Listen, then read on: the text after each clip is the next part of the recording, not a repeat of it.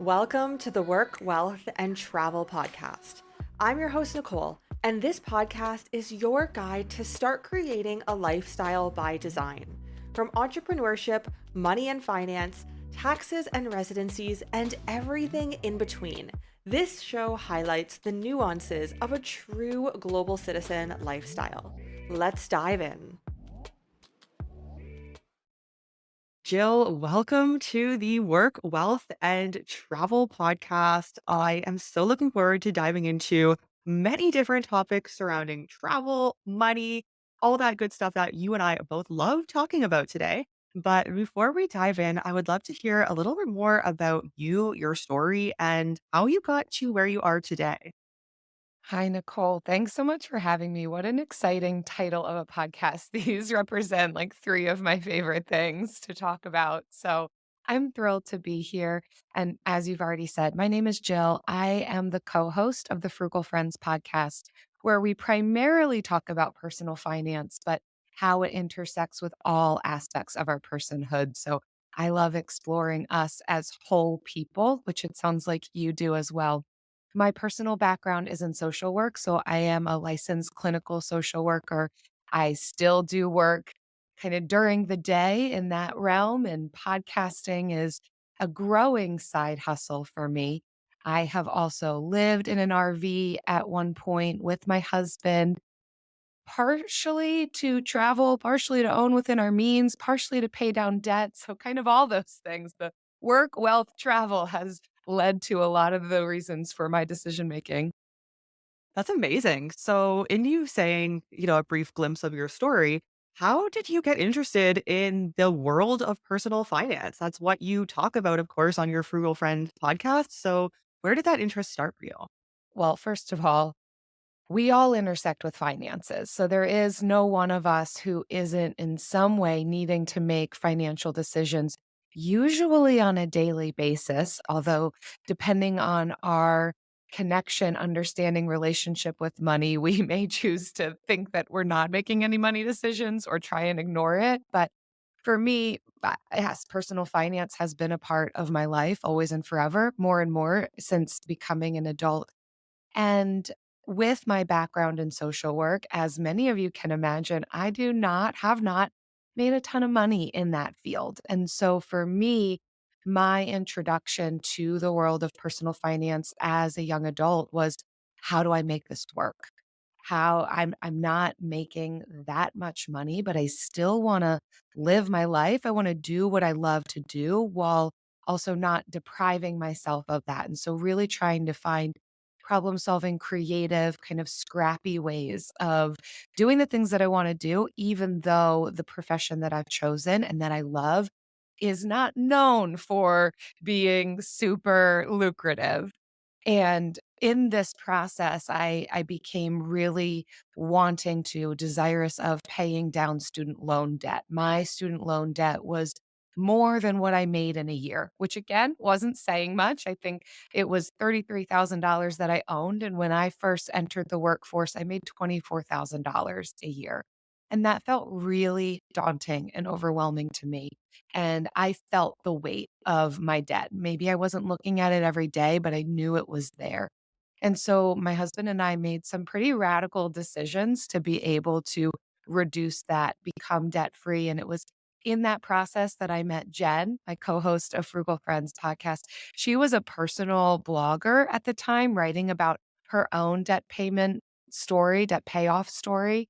And so, while a podcast on personal finance might not typically be something that I would have chosen, I never would have considered myself, "Oh, an expert on finance, and I'm gonna talk about that." I probably would have gone more the mental health route, but I was really excited to be able to learn more, to be able to talk with a friend, that you didn't have to twist my arm to get together with a friend weekly, record a podcast, talk with one another, but also be learning about this area where I definitely did not feel like an expert.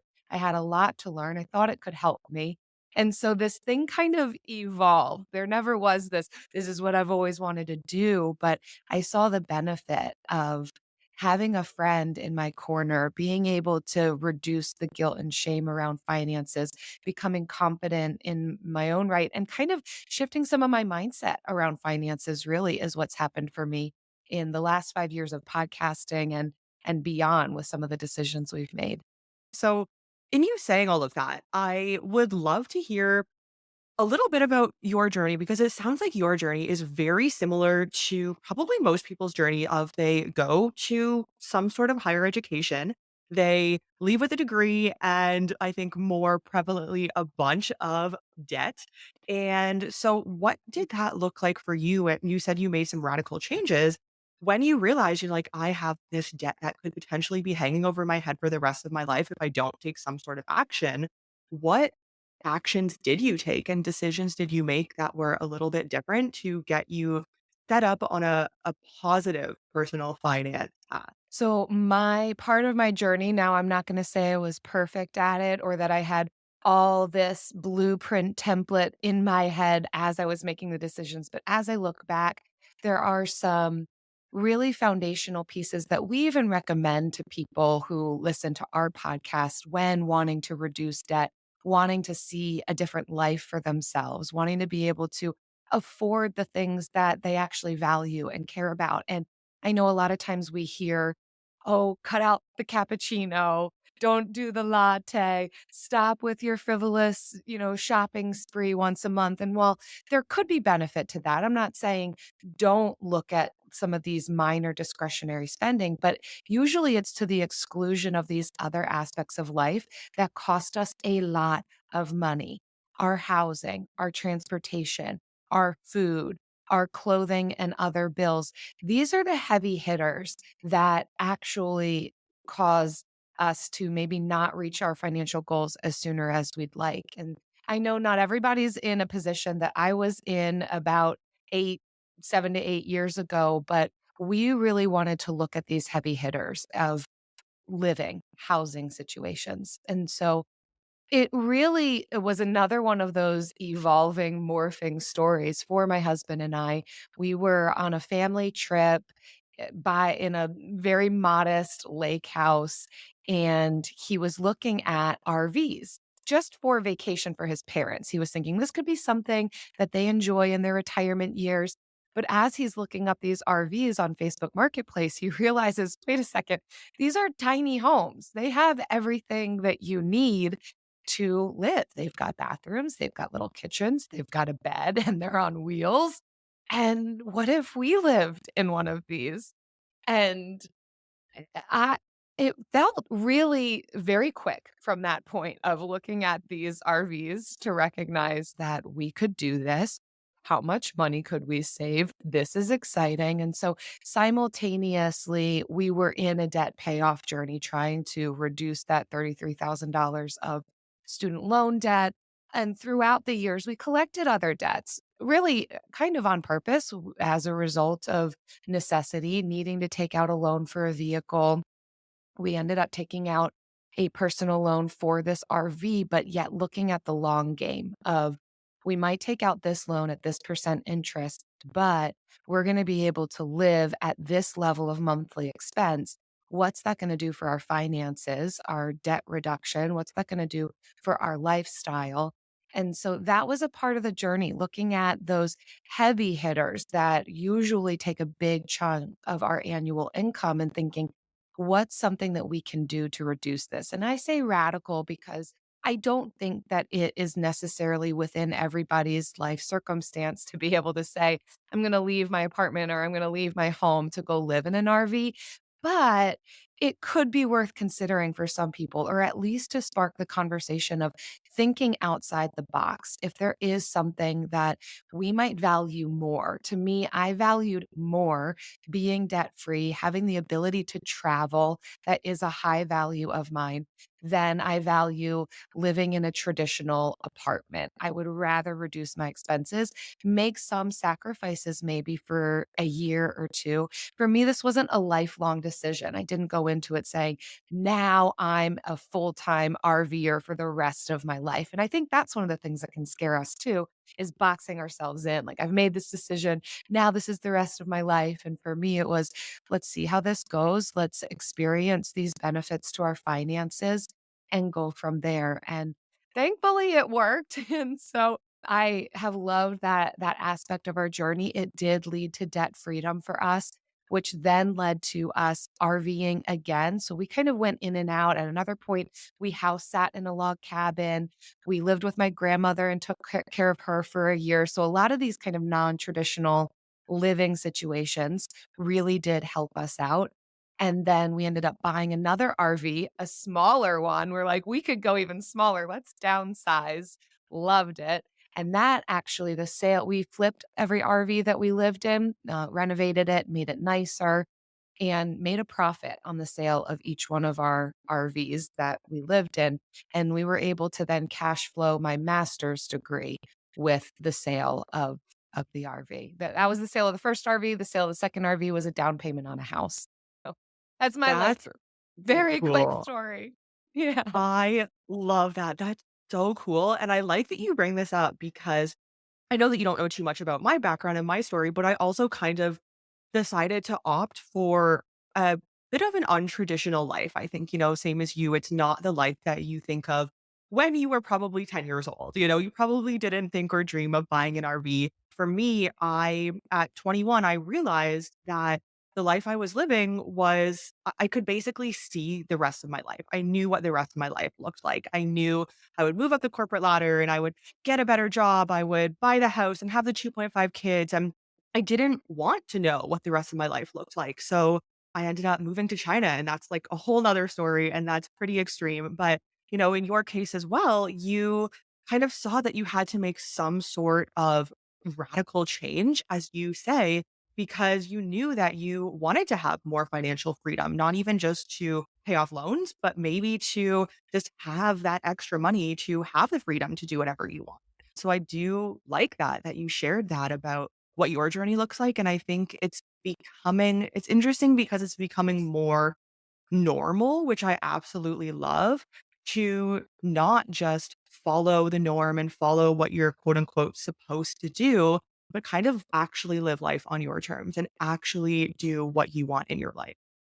Well, I think so much of that comes with a deepened self understanding, knowledge of self, what we actually enjoy, what we actually want out of life. And I think this concept applies to all aspects of our life. But one of the ways we talk about it related to specifically personal finance is this concept of values based spending and recognizing that so much of what is sold to us on Facebook and Instagram, and even from friends within our circle, or just the overarching societal norms and pressures and messaging of what you should be doing, what should be relaxing to you, what you would enjoy, the lifestyle you should take leads to many times financial decisions that maybe aren't actually ours, or work decisions that aren't actually our decisions. It's just more this messaging, and we're going through the motions. And, well, this is what everyone else is doing, or this is what they said would be fulfilling to me, but I'm not exactly feeling that way. And so I think so much of it begins with that introspective look of, what do I actually enjoy? Do I actually want to climb the corporate ladder? Some people do. Great. But as long as it's your dream and not someone else's dream for you, is it, I want to be a digital nomad, or I want to travel, but I think I want the stability of a job that maybe I work remotely, but I have my home, my place that I go to regularly. We really have to understand, well, first, what is that before we can even then make the money, career, etc. decisions around that, and then actually experience a life that's fulfilling. Yeah, completely. And I call that lifestyle design. I don't know what you Yes. guys call it on the podcast. Yeah, lifestyle design. Yeah, we use that term for sure. That's funny. I actually just found out the other day, I was recording a podcast and somebody told me that that's the term Tim Ferriss uses in the book, The 4 Hour Work Week, which I've never read. Yeah. And I was like, oh, I had no idea. That just intuitively made sense to me to call it lifestyle design. But hey, I guess it's a bigger term than me. Yes, you can take credit for it, Nicole. I'm here for it. So let's chat about side hustles. Now, I don't know if some of the things you've mentioned were some of your side hustles, but I would love to hear within your financial journey what some of the side hustles that you had entailed. I've done a lot of side hustles throughout my adult years. Some have included my husband and I had a DJing business together. So we would do that primarily on the weekends. That was mostly weddings, sometimes a few parties. At another point, we had a mobile bartending business. So we built a mobile bar that we could take to different locations. We got our ramp certification so that we could serve alcohol responsibly and developed kind of signature cocktail drinks, usually again for weddings. We kind of found weddings are a good place to be able to make some side cash. And of course, that's something that happens on the evenings and on the weekends when we're not working our normal kind of Monday through Friday, 9 to 5 jobs. I have also worked some side hustles within the world of mental health. So with having my master's degree and my licensure in social work, I provided counseling therapy kind of on the side to what I was still under a practice and took insurance. Like it wasn't this, sure, come into my basement and I'll counsel you. It was definitely legit, but it wasn't a full-time job. It was something that I did on maybe my one day off from my other work. And then really the podcast that I do, Frugal Friends podcast began as a side hustle, really a hobby. I don't know if I could even call it a side hustle because we weren't making money for a very long time. It was a hobby turned side hustle, now becoming a little bit more of a part-time job. That one has certainly been a surprise to me. But one of the things I like to say about side hustles is that for anyone thinking about doing this, if adding some extra income feels like it would help with savings or debt payoff or a travel goal that you have, I like to encourage people towards finding side hustle work within your passions, your joys, the things that are life-giving to you. I know a lot of times we can think about, well, okay, what do I exactly do during the day? How do I then just recreate that in my after hours? And I think that might be the case for some people. It worked for me for a time doing social work as my day job and also providing counseling to people on the side. But those other jobs, the podcast that I'm still doing, the DJing, the bartending alongside my husband, these were very separate for me from what I did in my typical world. It was mental health, it was a lot of trauma, it was a lot of human need, suffering, difficult work, and finding something that was another expression of my personhood that I enjoyed, but wasn't the same exact thing as what I did during the day. I think sometimes side hustles, there's a high degree of burnout, of really burning the candle of both on both ends and really hurting ourselves in that process for the sake of earning more. And so I really like to encourage people toward look for work that is something that you enjoy. And it doesn't have to mean that you're becoming an entrepreneur, you're starting your own business. It could mean some of this gig work of walking people's dogs or house sitting or getting a part-time job at the local florist. Who knows? It's like, what do you enjoy? Find something within that that's going to almost feel like a hobby that's life-giving that you find beautiful. Otherwise, there's not going to be much longevity in it. I think that's really important. Thank you for noting that. I love some of those examples that you mentioned because I, in every example you mentioned, I know somebody who has started, for example, working at a florist part time, just kind of like a side gig. And now Yes. they have their own landscaping business. They didn't know that was their passion until they got a small part time job. And that was years ago. They're now a business owner doing what they love. You hit the nail on the head when you said, do something that is a little bit different than what you do in the day. And I think a lot of the time we also kind of get trapped into this. you have to go into a corporate job. And just because you have a job doesn't mean it's something that is your ultimate passion and purpose Yeah. in life. We have multiple purposes and passions in life, but I think it's amazing to explore that like you did. You had so many unique side gigs. And I mean, the podcast, for example, you loved talking about finance with another woman, and look what it has turned into. Sometimes we don't know what the end goal is, and it's good to have an idea of where you're headed, but I think sometimes we can become debilitated or invest far too much thinking we kinda know exactly how this is gonna play out versus just giving ourselves the permission and freedom to pursue something and see where it goes from there and making and setting these goals along the way.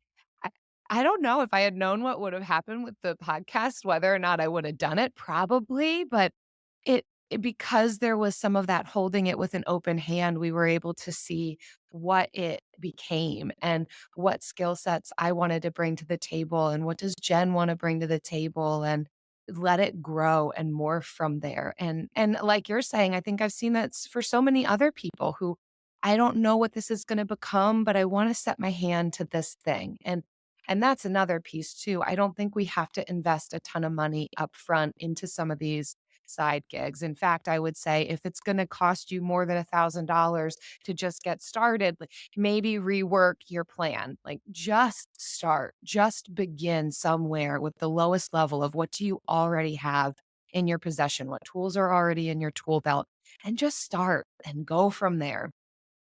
Yeah, and I think on the flip side of that too, it's important to note that I have started kind of like mini side hustles before. And after doing it for 6 months, a little bit longer, I realized I don't have a passion in this. I was good at Mhm. it, maybe, but just because I'm good at it doesn't mean it's something I'm passionate about. So it's okay to normalize. I think it's great to normalize that it's okay to change just because you S have one thing, or maybe you started and you're getting a bit of traction on one thing doesn't mean that's your one thing forever or it has to last Mm. forever. Change is okay. One of the things my co-host says that I love, it's okay to throw him a plot twist. It's totally acceptable. Go ahead and do it. And I think that can trip so many of us up, for me included. I mean, I invested a lot of time, money, energy into getting my master's in social work, getting my licensure in social work. I'm glad that I have it. I still use it. But I think if I was so heels dug in on, well, I did this and I invested so much and I can't veer from it, I wouldn't have been able to explore some of these other things. That can limit us, this kind of sunk cost bias, whether that is sunk cost in money, sunk cost in time, in energy. We can feel as though we don't have freedom and flexibility to throw a plot twist, to choose something different. And I think if we can remove that shame from it and say, I did that. It served me well for that time, but it's not giving me joy, or is this other thing that I can pursue that might be able to turn into something. I think we don't have to box ourselves in. Life is pretty long for the majority of us, and decade over decade we may morph and shift our ideas, the things that we enjoy, what we want to set our hands to, our skill set. It's okay if you got your degree in one thing, but now you're discovering you want to work in a different field. That is okay. Exactly. I could not agree more. And I love that you talk about this and I talk about this to really kind of normalize it because it can be Mhm. really scary, especially when you said like you have invested some time or some money or a bit of both.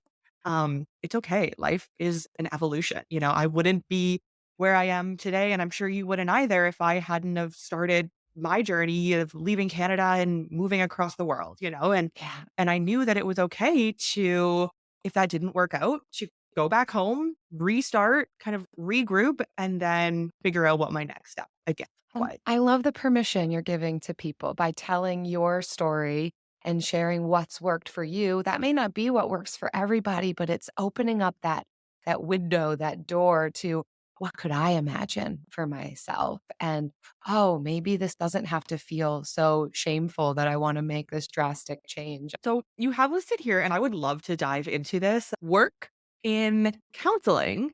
How is that similar to what you see in people dealing with money issues? So I'm curious, Mhm. what's the correlation between those 2? Well, as you've probably already heard me mention, I believe that we are whole people. We are physical, emotional, relational, mental, spiritual, financial, and all of these aspects of our lives do intersect. As much as we may try to separate them, and well, that part of me is over here, and this part's over here, and that part I ignore, they are interconnected. And oftentimes we can see that where we might be having some difficulties or experiencing barriers in our mental health, there may also be like difficulties and barriers in our financial health or our relational health. Oftentimes, when we experience health in one area, it can trickle down in other areas, or the opposite can be true. When we're experiencing some kind of non beneficial or not helpful cycles in any one aspect of our lives, it can trickle into the others. And that can work in our favor or it can work against us. I think we can see this. I like to use the example of exercise because I think at some point we've all tried to engage or maybe are engaging in aiming at physical wellness and physical fitness, and how has that worked, how has that not worked. But I have seen for a lot of people, okay, when we start to find maybe an exercise routine that works for us, then we can see those habits that we've built can trickle into other areas. Now we are curious and interested and actually engaged in, well, what kind of foods are going to be helpful for me? What do I feel better on? Which will trickle into, oh, well, now I feel like I can kind of journal and I've created this routine and I want to focus on my mental health. And how is that relating to my relational health? We can start to see how one area can lead into benefits for the other. And of course, personal finance as well, because financial decisions definitely intersect with all of these aspects of relationships from, oh, how does going out to dinner with my friends affect my financial health? Or comparison of what other friends are able to do and afford, and why can't I do that? Or choosing to go into debt to be able to afford or be like what we perceive our friends or people on social media are able to do. Or financial decisions relate to our mental or emotional health. What are we doing to maybe cope with our current realities? Does it cost money? Most likely, yes. Not that it always has to, but if we're not being intentional about it, oftentimes we will default to spending money on our coping mechanisms. Physical health, as I've already mentioned, nutritional health, all of these things, money decisions are impacted by. And one of the things that I realized in the mental health world and counseling that I describe to people, they'll often ask, what happens when the door closes? What do you even talk about? And sometimes it's still a mystery to me. And that's what I love about it. Human beings are so unique and individual, and there's not a one size fits all, which I think is lovely. But so much of the work that we do behind that door is related to boundaries and freedom finding and permission giving. And that is no different for our mental and emotional and relational health than from our financial health. We need to be able to find the freedom, find our values, find permission for ourselves, create boundaries. And I know that boundaries can be such a dirty word sometimes, or a word that can connotate negativity or deprivation or stringency, if that's a word. But really, I like to describe boundaries as demarcating where there's room to play. Kind of where is there room for me to roam and be free and play, but then where is that capacity line? Where is it, okay, but if I move past that, then it hurts me and it maybe even hurts others in the process. And so A budget certainly is part of that, but really there's so much internal work that needs to happen related to our relationship with money, the story we tell ourselves about money, how we grew up understanding money before we can then make healthy decisions for ourselves with our finances, which then is inevitably going to bleed into the decisions we make with our career, our living situation, our lifestyle, our relationship. So oh, I could go on, but they are interconnected and they are far more interconnected than maybe what we would want to say at the forefront. But if I could say, I think we are doing the work of becoming financially healthy if we are even right now aimed at emotional or mental health. Like we are on the right path. If we're aiming at well being, that's going to trickle into these other areas of life. So I think anywhere that we can find health and beauty, and I'll use the word again, well-being for ourselves, we will begin to experience that in all these other aspects of our lifestyles.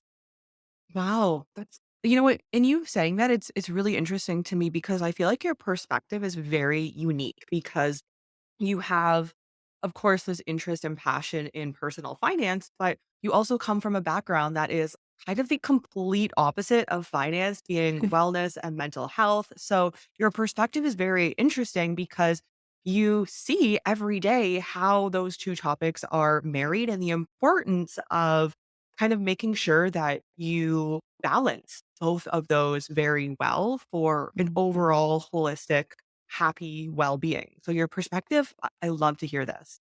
Oh, thanks for saying that. Yeah, I think this is what we're aiming at with all of our lives. I mean, sometimes we'll use the word balance. I often prefer to use the word holding the tension. I think balance can be really hard to find, or anytime we find that kind of equilibrium, something teeters out of control, but rather that holding the tension of, okay, what is some good financial decisions to make? And what are some good mental, emotional, relational decisions to make, and not letting the pendulum swing too far in any direction, but finding kind of that radical middle for ourselves of I don't have to go so far deep into being a finance bro, but I also don't have to ignore my finances for the sake of living the life I want to live right now. There could be a both and that doesn't harm any one aspect of our personhood. In you kind of saying that, going to somewhat of a different topic, but staying on the same topic, when I was looking through your Frugal Friend podcast episode, there was one that really stood out to me that I loved, which was called How to Travel Full Time on a Budget. We love to talk about travel on this podcast and money, two of my favorite things. So I would love to hear your take on how to travel full time well on a budget. I'll just describe kind of the word budget. I know sometimes that can be another one of those dirty words that might feel like deprivation, but another way to say budget is spending plan.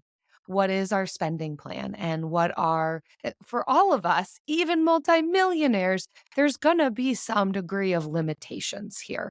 And so part of this, when even before we set out to travel full time, looking at, well, what are some of the parameters here? What would I hope to be able to spend, save? How do I hope to do that? What would be some of my goals? And how does that fit within my spending plan, what I have available to me? So I would say it is very important to start with a plan in place. Think about what it's going to look like. Of course, there's going to be curveballs. Of course, everything's not going to go exactly as you had imagined, but taking the time to look at what do I imagine is going to be incoming? What's my my incoming cash going to look like? What do I imagine are going to be my expenses? And can this work within that? What can I afford to do here? And that is going to, of course, intersect with some of what we've already talked about of identifying values. Most likely, we're not going to be able to afford everything, but hopefully we can afford some things. And so that's going to take some work to decide what are the things. Maybe I had hoped in a year of full time travel that I'd get to go to 10 different countries. But as I begin to crunch the numbers, I realize, oh, those flights are a little bit more than I thought that they would be, or the lodging might be more, or you name it. Maybe now I can only visit 6 countries. Okay, but what are those priorities? What do you value most out of your experiences? And what do you want those countries to be? So that's just an example. So, first, it's going to have to do with planning. Then it's going to be sticking to that plan. But I do also want to say a few caveats and words about what full time travel can mean. I think that that means a lot of different things to different people. Whether that is full time travel, meaning you still want, let's say you own a home, you still want to own your home, but you want the flexibility to travel. You want to come back and forth. That's going to be one situation versus I'm going to sell everything. I'm not even going to have a storage unit. We're just going to go and we're going to see where life takes us or that fill in the blank. There's a lot of different things that full-time travel can be. So I think even defining that is important. How long are you going to be gone for? I think in the particular episode you're talking about, we were looking at particularly an article of a family of 4 who wanted to travel for a year. And that was their plan. And they were going to come back to the house that they were living in. And so what that full-time year of travel looked like was one thing. Of course, is that year gonna be international travel, or is it gonna be domestic to your passport country? That, of course, is gonna change the dynamic of costs. Another thing that you can look at in prepping for a year of travel, if you wanna do as much as possible, but on limited money, is considering even adding even more prep time to this of incorporating some travel hacking, maybe getting a credit card that you can take advantage of some of the bonus points that they offer, build up points, have some time to work and save money, have that set aside for whatever travel it is that you're hoping to do. And so that you can utilize these points for whether it's a car rental or booking flights or booking lodging, and then you're going to have to decide what is the degree of travel that you want? What are your priorities? Because again, most likely you're not going to be able to afford everything, but hopefully there'll be some things that you can afford. And so, do you prefer the experiences and you don't care about lodging? You'll stay in hostels or you'll do the couch surfing thing, but you really want to do some of these really cool experiences? Or are you a little bit more of a person who says, no, I would rather do just the free hiking and sightseeing in the area, but I want these really luxurious places to stay. I think that's going to be another one of those pieces of what do I want? Where am I willing to splurge and where do I want to cut costs? So again, if we're going to do this well and on a budget, quote unquote, or have a spending plan, there's going to be a lot of upfront work of what do I want? What do I have coming in? What can I spend? And making sure that there's a buffer for all of that. But recognizing again, it's very similar to what we're going to talk about in our overarching l- lifestyle with finances. You want to look at those heavy hitters. It's going to be the travel, food, lodging that's going to cost you the most. And so looking at how much is that realistically going to cost me? Where could I decrease those costs? And maybe I take a bus instead of a train, or maybe we're renting a car instead of doing a bunch of different Ubers, or maybe we are doing the lower budget lower cost lodging for the sake of these other experiences. That's going to be individualized on where you're gonna wanna cut, where you're gonna wanna spend, but there are certainly areas where depending on your value system, you can cut. You can cut it in transportation, you can cut it in lodging, you can cut it in experiences, but of course, it's gonna cost you money. One of the other things I'll mention that when it comes to full-time traveling, the more you move around, the more it's going to cost you. So let's say you just want to go to one country for a year and experience what that lifestyle is. That is going to be significantly less expensive than doing the tour, than saying, I'm going to go backpack around Europe, that has the potential to be a lot more expensive than saying, I'm going to live for a year in Guatemala. So, keeping that in mind as well with how often you plan to pick up and go, because those additional fees of transportation, the lodging, if you're not staying in a place that has a kitchen, you're probably going out for more meals. So, keeping all of those things in mind is going to help in reducing costs. That was Thank a you for lot. mentioning. That's my Yeah, no, monologue. I was just gonna say thank you for mentioning all of that. I think that's a lot to think about, to mull over, and for people to really consider, where do they want their money to go? And you're so right. When you move around a lot, and my partner and I, we can attest this, we've been moving around for about 2 years now. It can be a lot, but the one thing that I like that we have found, and I love geo arbitrage. I know you know what that is. And so sometimes it's nice because we find, okay, if we move around enough, some places will be a little bit more of a higher cost of living.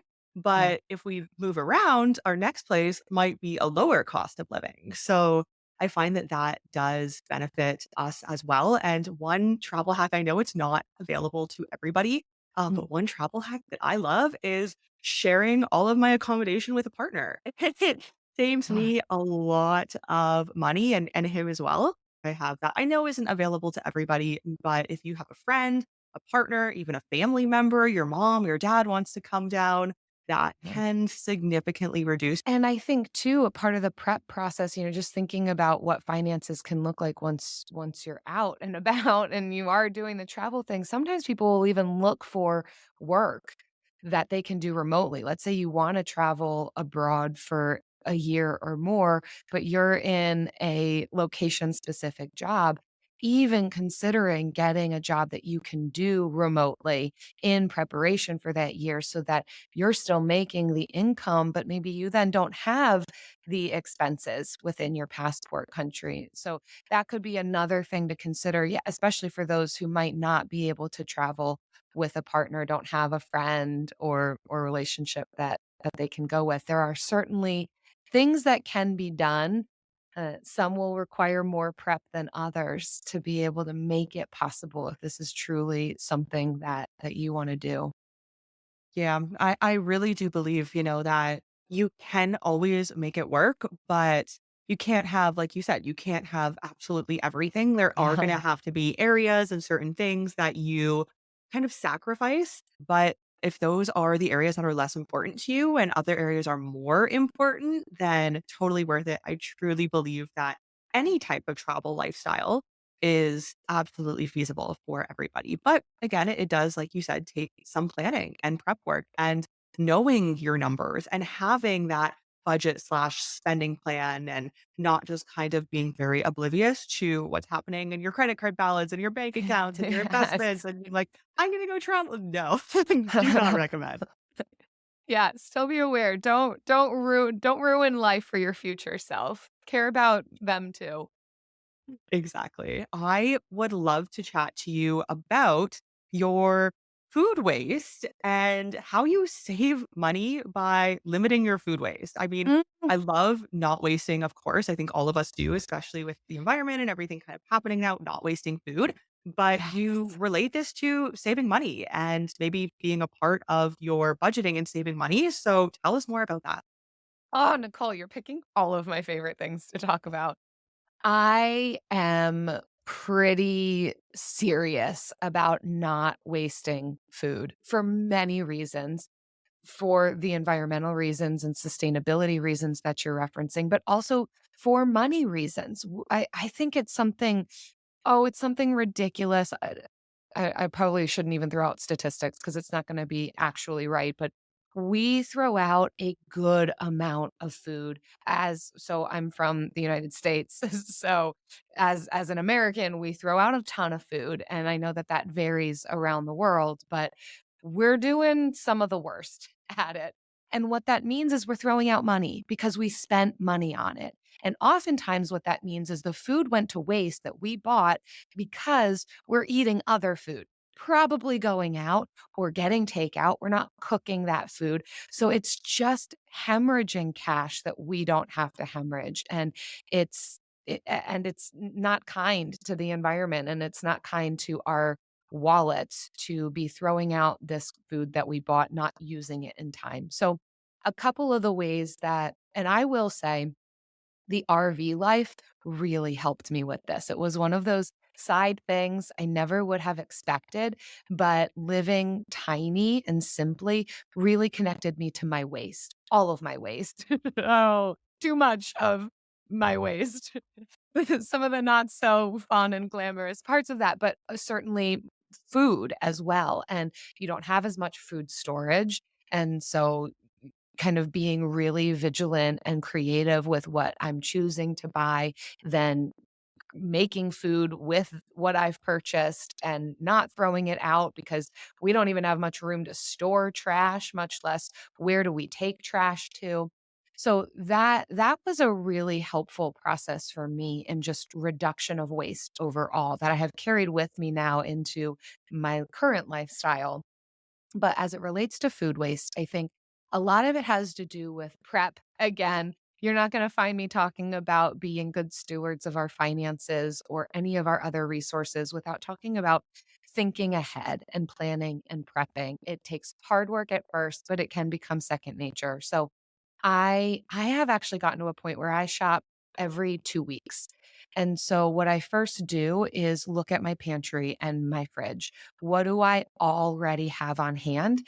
And create a meal plan for the next 2 weeks based on what I currently have. Now, this is taking me years and years to get to this point. So please hear me when I say there's permission to not be great at this, to not meal plan for 2 weeks. I recognize that I'm a little bit an outlier in that, but this is where I've gotten to. And so at least even before we go to the store, even if you don't have time to write everything down or create a meal plan, at least take pictures of what do I already have on hand so that when you're at the store, you can know, okay, I don't need to buy another box of pasta. I don't need more beans. I've already got cheese because so often we're buying because we just forget. And then that leads to waste.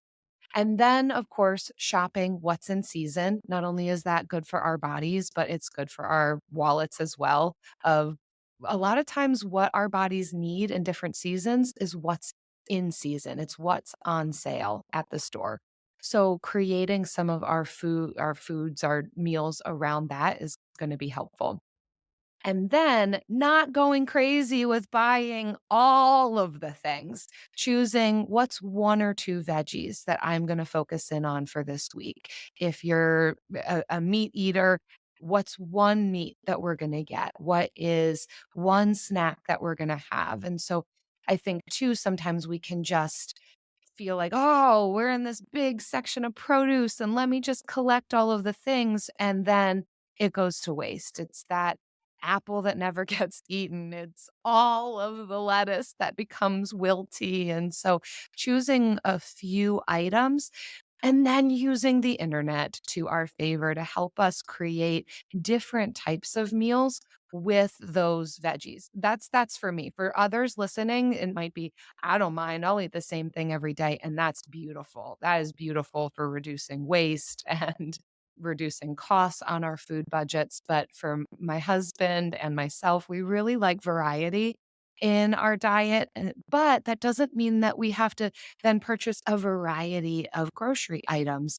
It can mean that, okay, I'm doing roasted veggies as a side for one meal, and then I'm throwing it into a wrap for another meal, and then I'm adding it to an omelet for another meal. So there can be ways that we can utilize food, the same food, in different ways that feels like variety to us. So that's been another way that I've reduced food waste. I will also say the freezer is my friend.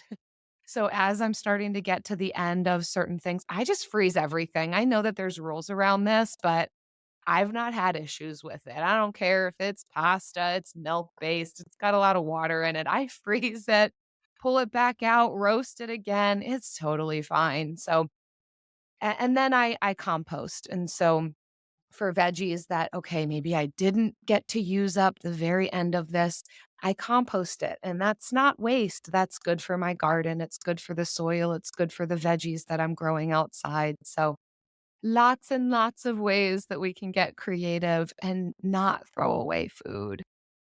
I love that. That is so amazing. I mean, I feel like you need to shout this from the rooftops because, like you said, so many people just waste food. It's so easy to waste food. And I think it's kind of just normal to waste food, unfortunately, now. Yeah. Okay. So, in you saying everything you said, I have some questions. So, you meal prep or plan out your meals for 2 weeks. So does that Yeah. look like 14 days of breakfast, lunch, dinner, and you stick to that? Or is it kind of a little bit loose? What does that look like? So it does look like I stick to that. However, before I sound completely unrelatable, my meal plan does include going out. Like, I can think about what's upcoming in our lifestyle. Okay, we're going out with friends this night. We're gonna be traveling this weekend. Of course, there's times when I'm not gonna be at home making all of my meals. But for what I do know, I write that into my meal plan. However, I make it as flexible as possible. So it's almost like here are lunch options, here are dinner options. So I am not so boxed into, well, I said that Tuesday night was going to be this meal and it's what we're doing. There is room for flexibility or a change of taste of, I know that I said this night we're going to do the beet and goat cheese salad, but I think I'm feeling fajitas instead. But I have those items on hand and I can kind of switch things out. I know the types of meals that I can make and be able to be flexible and implement other things. But this is another thing that I know isn't accessible for everybody, but both my husband and I work remotely. So we're not needing to figure out a commute and, packing a lunch the night ahead of time. And we are able to heat up leftovers from dinner the night before. And so that helps a lot too, in being able to eat up the food that we have in the house, not needing to, yeah, be out and about, and we can kind of just have what's on hand. I love the flexibility aspect because when you were like, yeah, I meal plan and stick to it. I was like, oh no, this sounds very scary. I know. And I go in and out of this too. Right now, and so this is a very intimate, vulnerable look at what's happening for us financially. We Food is one of for all a lot of us, are areas of discretionary spending where we spend a decent amount, but has the most room for decreasing the amount that we spend. And of course, that's one of the questions we get asked all the time. How do I decrease my grocery bill? And I get it because I ask that question a lot too. And especially with inflation, it's a very difficult landscape right now. But because it's one of the areas that we can cut, that is discretionary spending, like, I can't necessarily cut my mortgage in big ways. I can't cut my transportation in big ways. I already only have one vehicle that I hardly drive. It's okay, food we spend a lot of money on monthly.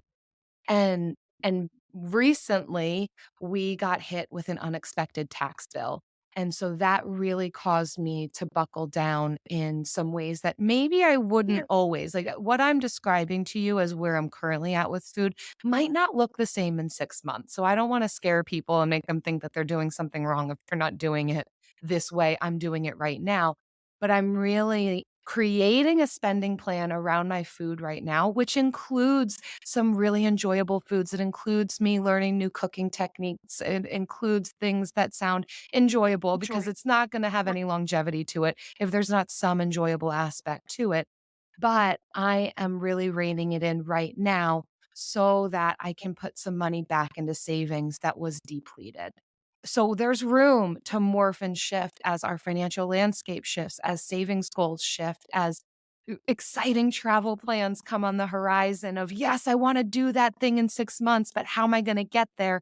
Look at the heavy hitting expenses. Where can I cut? A lot of times it's going to be food, and getting creative and maybe giving ourselves a season of, I'm going to do my best to eat up what's in my pantry, to cook at home so that I can put a few $100s aside additionally monthly to that goal of travel, that trip that I want to take with my friends or that solo trip I want to take. So this isn't necessarily a forever and always life plan, but I do think there's ways that we can implement some of these things that I'm talking about for even just a season so that we could see some big strides in some of our financial goals. Mhm. Wow, I love it. I love relating food to personal finance. I mean, it's never Oh been my done on a goodness. podcast before, but I Yeah. love it. So this has been a really interesting episode. Thank you so much for your time, for being here. So where can people find you? Yay. This has been such a privilege to be on your podcast, Nicole. Thanks for having me. And you can find myself and my co host, Jen, on the Frugal Friends podcast, wherever you listen to podcasts. And you can also find us on frugalfriendspodcast.com. We've got a membership where you can find community and other like minded people. So, yeah, Frugal Friends Podcast, just type it in. Love it. Awesome. Thank you so much for sharing everything you shared today. You've just listened to the Work, Wealth, and Travel podcast. If anything from this episode resonated with you, I would appreciate if you share this podcast on your socials. And of course, be sure to tag me. And don't forget to leave a review on your favorite podcast platform. Thank you for joining me on this global citizen journey, and I'll see you in the next episode.